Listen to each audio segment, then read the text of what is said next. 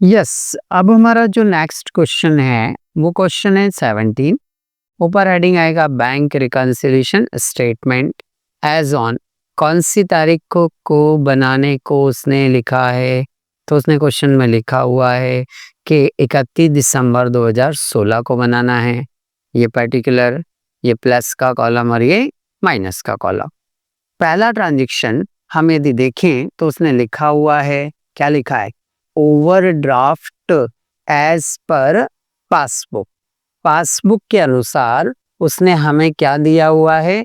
Overdraft दिया है। Passbook के अनुसार उसने हमें क्या दिया हुआ है? ओवरड्राफ्ट दिया है। तो जल्दी बताओ, ओवरड्राफ्ट जो होता है वो कहाँ आता है? प्लस के कॉलम में या माइनस के कॉलम में? सर बोले ओवरड्राफ्ट चाहे पासबुक का हो चाहे कैश बुक का हो, हमेशा ओवरड्राफ्ट माइनस के कॉलम में आता है। तो ये लिख दिया माइनस में हमने। ओके, फिर ट्रांजैक्शन में क्या दिया है? Cheque issue. तो cheque issue but not yet presented for payment. हाँ, पूरा लिख लिया करो ऐसे। ये पहले क्या होता था? बोले सर ये पहले प्लस होता था, अब क्या होगा? माइनस होगा। तो हमने यहाँ लेस लिखा और अमाउंट को उठाकर यहाँ पर लिख दिया। नेक्स्ट, अगला ट्रांजेक्शन बता रहा है वो कि check deposited but not collected.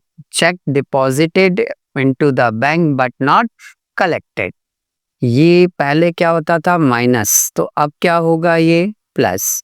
तो हमने यहाँ पर ऐड लिखा और अमाउंट कौन से कॉलम में लिखेंगे? 18,000। बोले सर इसको हम प्लस के कॉलम में लिखेंगे। नेक्स्ट, अगला पॉइंट है आपका डिविडेंड कलेक्टेड बाय बैंक।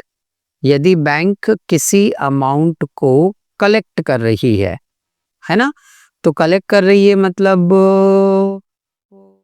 ये रिसीव हो रहा है, और ये रिसीव हो रहा है, इसका मतलब ये हमारे लिए क्या है? बोले सर ये इनकम है। और इनकम है, यदि ये इनकम है तो सर ने क्या बताया कि इनकम पहले प्लस होती थी, अब क्या होगी? माइनस होगी। तो देखो मैंने यहाँ लिखा लेस और अमाउंट को कहाँ लिख दिया मैंने? लेस वाले कॉलम में, 500 rupees. Okay sir. Next, bank charges.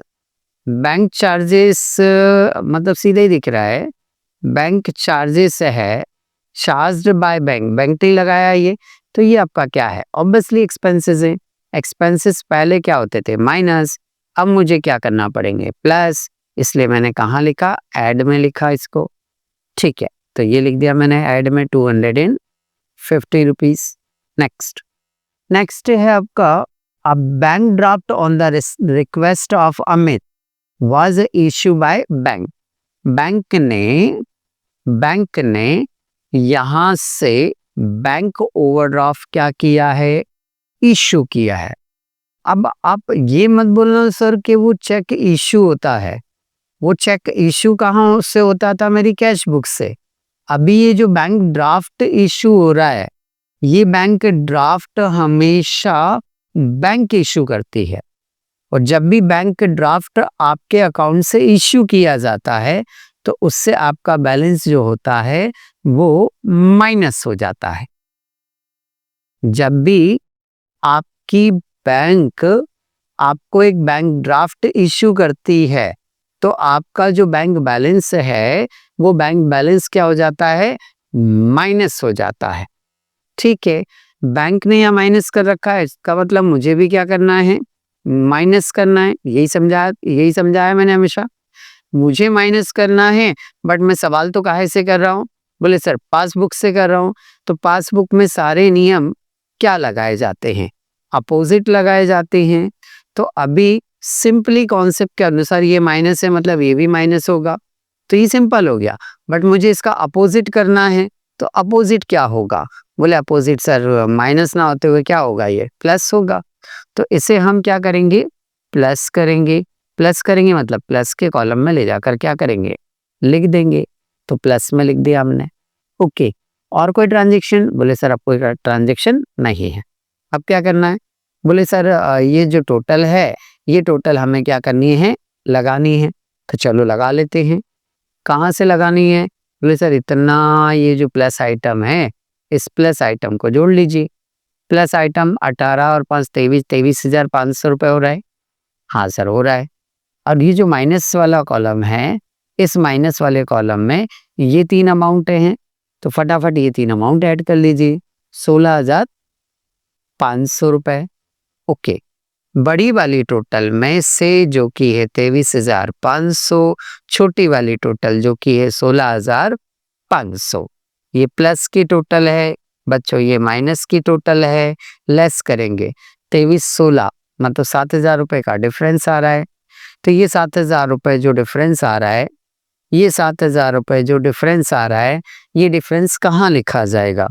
बोले सर जहाँ का टोटल ज़्यादा होगा। तो ज़्यादा मुझे कौन से साइड का टोटल दिख रहा है? बोले सर ज़्यादा आपको दिख रहा है प्लस वाली साइड का। तो ये जो डिफरेंस, ये नहीं लिखना, ओ हेलो, ये उठा के नहीं लिख देना है। ये जो डिफरेंस है ना, ये डिफरेंस प्लस वाली साइड में आएगा।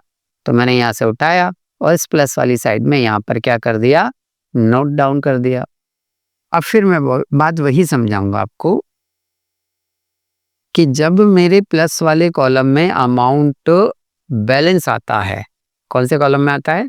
प्लस वाले कॉलम में बैलेंस आता है, तो इसका मतलब ये होता है कि हमारा जो रुपया है वो बैंक में क्या है? डिपॉजिट है। और जब बैंक में हमारा रुपया डिपॉजिट है तो यहाँ बैलेंस लिखेंगे हम, deposit balance as per cash book. Deposit है मतलब फिर वो डेबिट बैलेंस है कैश बुक के अकॉर्डिंग। ओके, तो इस तरह से ये क्वेश्चन हमारा यहाँ पर आकर क्या हो जाता है? कंप्लीट हो जाता है।